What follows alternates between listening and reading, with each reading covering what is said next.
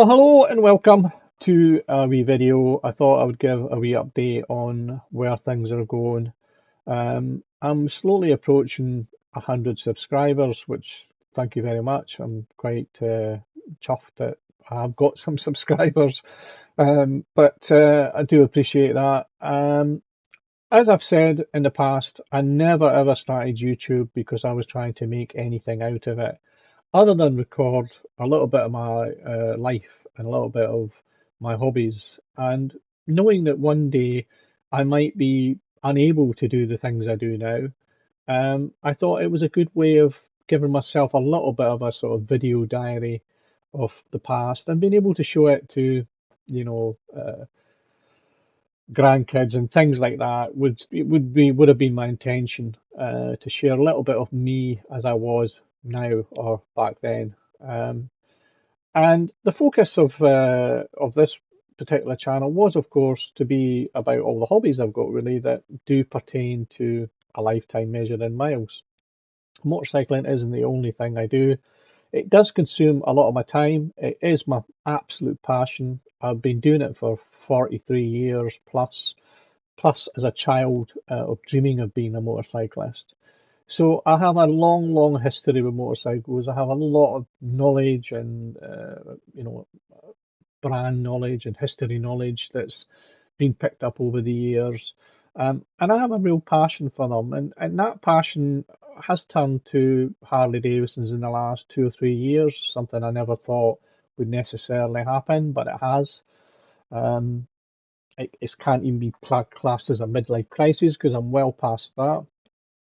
This year's been an interesting year because it feels a very pivotal year for me because I turned 60.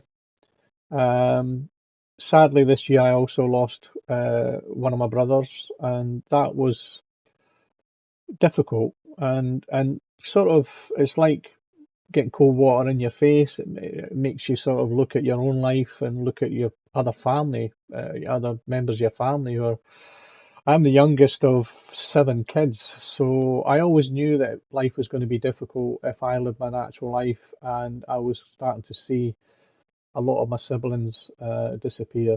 And as time is moving on, I know that that's something that I'm likely to face. But I'm not going to be doom and gloom about any of that. I'm not trying to be morbid or sad. It's just a fact of life. It's just something that happens, and you just have to learn to get on with it and deal with it. So, this year I did start off with the workshop stuff, and I've kind of faded out of that a little bit. The workshop's still there, and I'm still in it. I'm still doing stuff. I'm still um, filling it full of gear. But the work itself came to a little bit of came to a stop really. Some of that was due to the family bereavement, and it knocked me off the rails for a couple of months.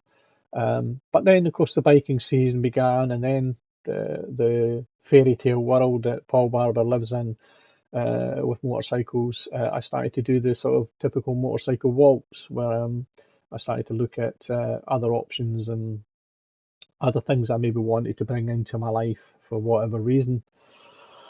Um, but I do want to expand the channel and cover a bit more of the other topics. I will keep them separate. I will clearly title what they are. If can even put in that they're non-motorcycle related, so if they're of no interest to you, then you don't have to watch them. But I'm hoping to capture some other people that have similar hobbies, and I think also maybe share a bit of my life from, how can I put it, from a sort of medical side, fitness side. It's not been a clear-cut run for me. There's been a few problems in the past that have hindered me, um, some of them quite serious, and I got through them all. And I think that I always intended to share a little bit of that, not because I want to tell anybody about my personal health, but more because I feel that there's other people out there that maybe have gone through or are going through similar situations that I went through. And I just want to give a bit of hope and that you might get to the point where you think that something's over or it's the end of something because of something you've been told.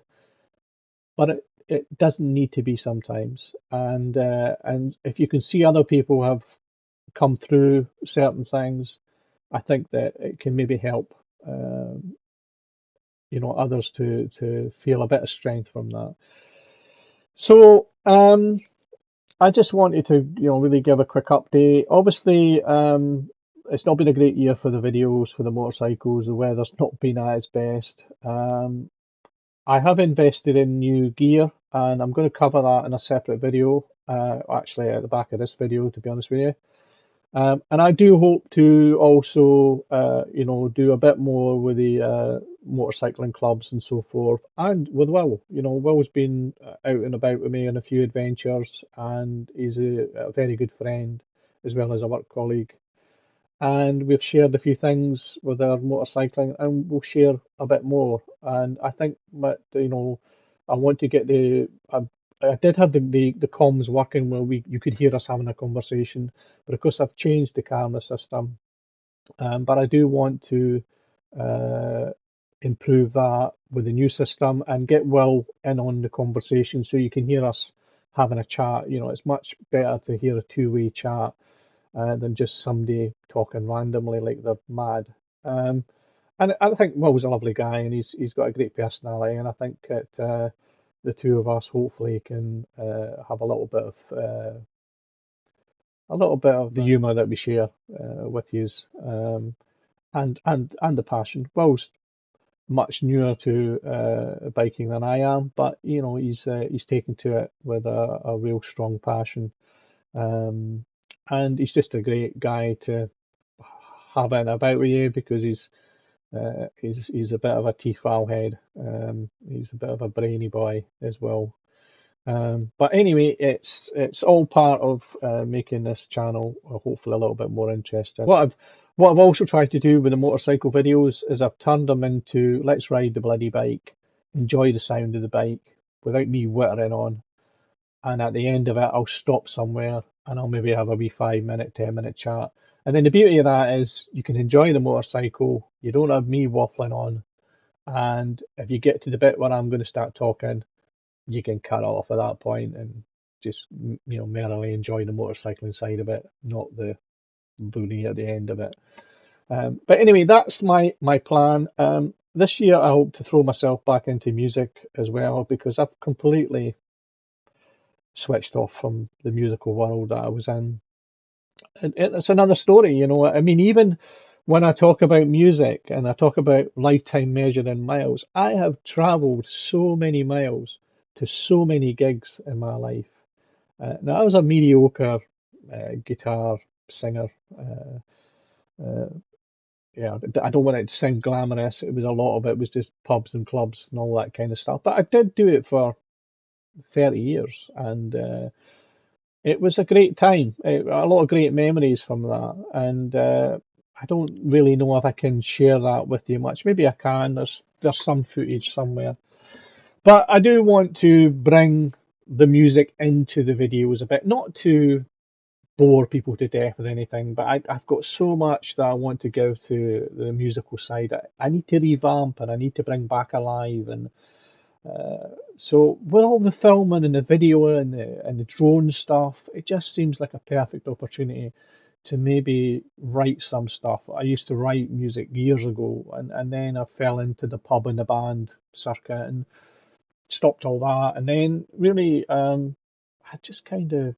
gone through another lull again. I've had this in my life several times where music's another massive passion, and it just sometimes sinks down a bit. But I hope to bring that into things as well. Um, but I feel like, I'm Mr. Mediocre at everything. Everything I do is kind of almost half a job, Even the workshop, the workshop's fantastic for me. I love it. But, um, I was in the motor trade. I served an apprenticeship in 1980 to sort of 1985. I spent 5 years in the trade and I served my time on Reynolds. And so I was a trained motor mechanic, but I went a different direction after that.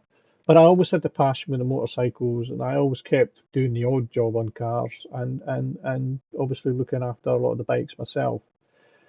But I feel like, it was a long time ago, and I feel like my mechanical knowledge is watered down quite a bit. And even the way that I do stuff sometimes, in hindsight, I'll step back and think, "Oh, what was I thinking? Why did I do it like that? Why didn't I do this first? Why didn't I even go and see someone else doing it so that I stop myself breaking something or getting myself in a mess?"